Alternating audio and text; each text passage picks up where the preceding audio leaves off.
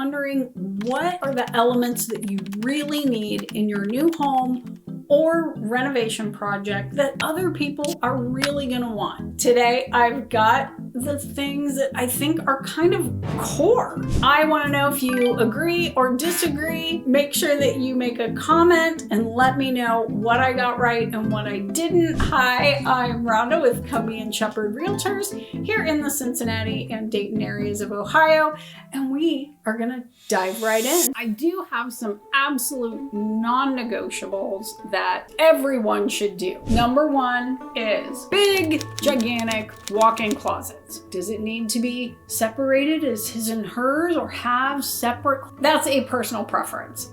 I love a big, ginormous closet. Like, don't give me one that's tiny. I need plenty of space. I want to be able to store lots of things, and even though I don't have a ton of clothes, I want to be able to see them. That's it. I just want to be able to find what I've got. Be able to remove it from my closet. Number two, and I think this is key, full bath rough-in in the basement if you are not finishing the basement. This also goes if you are buying a house with an unfinished basement. If you're buying a resale and it has a half bath that's finished, it is what it is. But if you are building, full bath. Don't cheap out on the half, but why? Seriously, follow my logic all the way to the end. My third thing is the wet bar rough-in. You don't have to build a big bar. What we're seeing now is like just some cabinets with a nice countertop, maybe a fridge or wine fridge, but having a sink and maybe also having a spot for a microwave or whatever, but having something in the basement. And this is because if you have kids, it's a great place to put them to do painting or, whatever it is, all sorts of things and activities that maybe you don't want all over the house. The second thing, and I think most importantly, is if someone comes to stay with you, albeit family from overseas or a kid that already left the house but is coming back, I think it's really important for them to have their own space.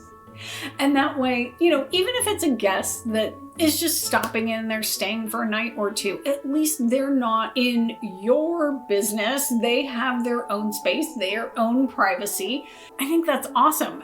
There's nothing more embarrassing than to get out of bed and you are walking past people in the morning that you really don't feel comfortable walking past. So those are my non-negotiables. What are yours? What about planning for a clean kitchen?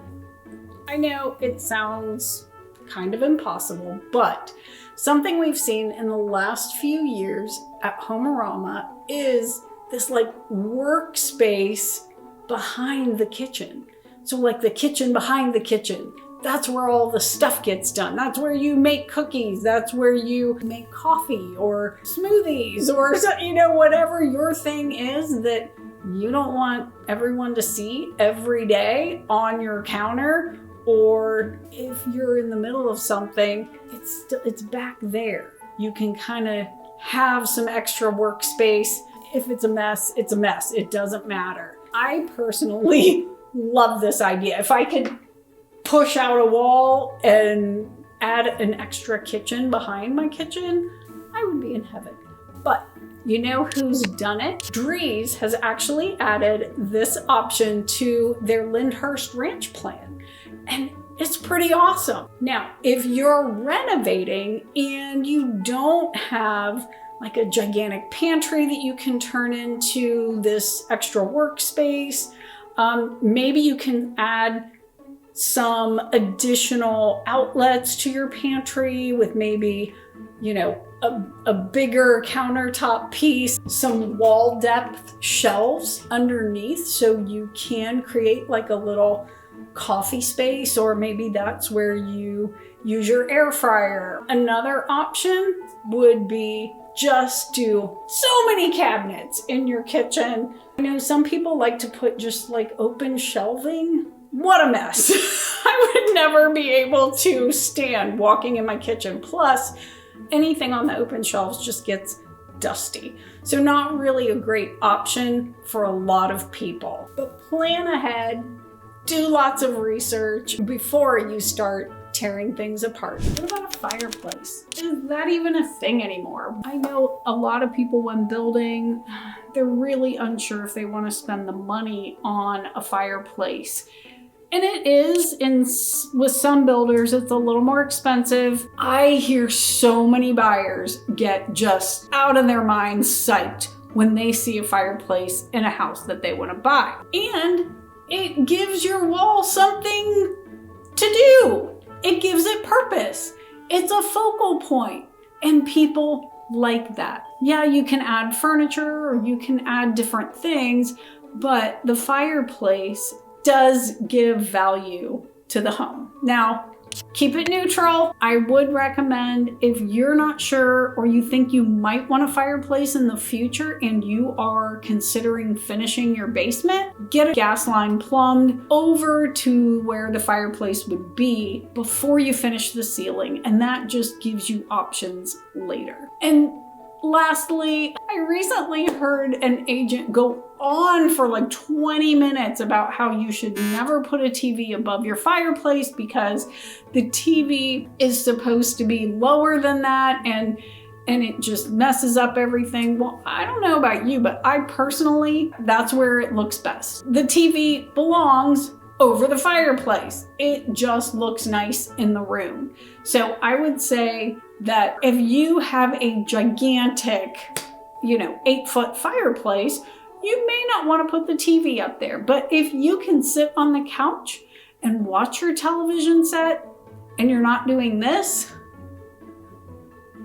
go for it. So if your bathtub has become just a place where laundry goes or towels, you may think that a bathtub is not important. And in fact, it's one of the questions that we get asked most. Do I really need to have a bathtub in my new house? Well, there's always going to be people who want to do Epsom salt baths, who want to do ice baths, or they just want quiet time. They love that spa-like idea of having a tub. Don't know how often they're going to use it, but again, they love the idea. Survey says, yes, you need a bathtub because most people have kids, grandkids, dogs, or you just need to wash something big that's not going to fit in the utility sink. And once in a while, the tub really makes a lot of sense.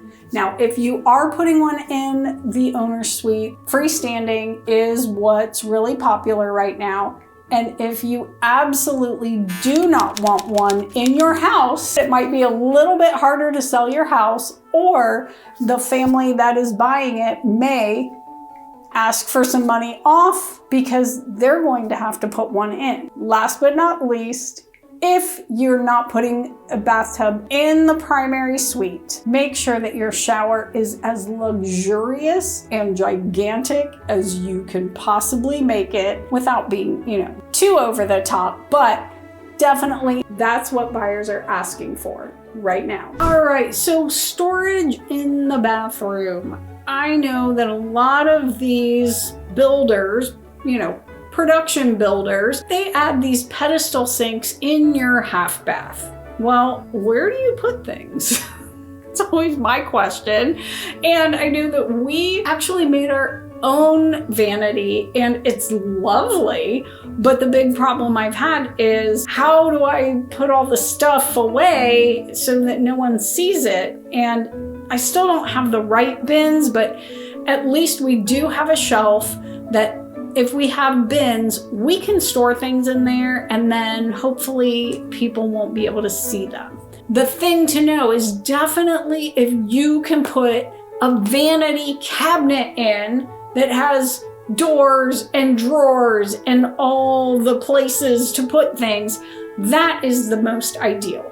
If there's no space, then I highly recommend shelving or cabinetry above the toilet or somewhere in the room so that there's a place to hide a few things. What do you think? Did I find the big issues that seem to be plaguing everyone, or did I miss some things? Well, I would love to know.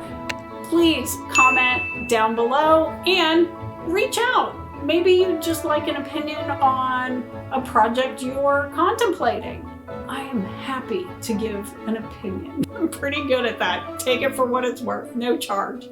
But if you'd like to learn more about living in the Cincinnati area, by all means, check out this video and contact me directly. We'll see you next time.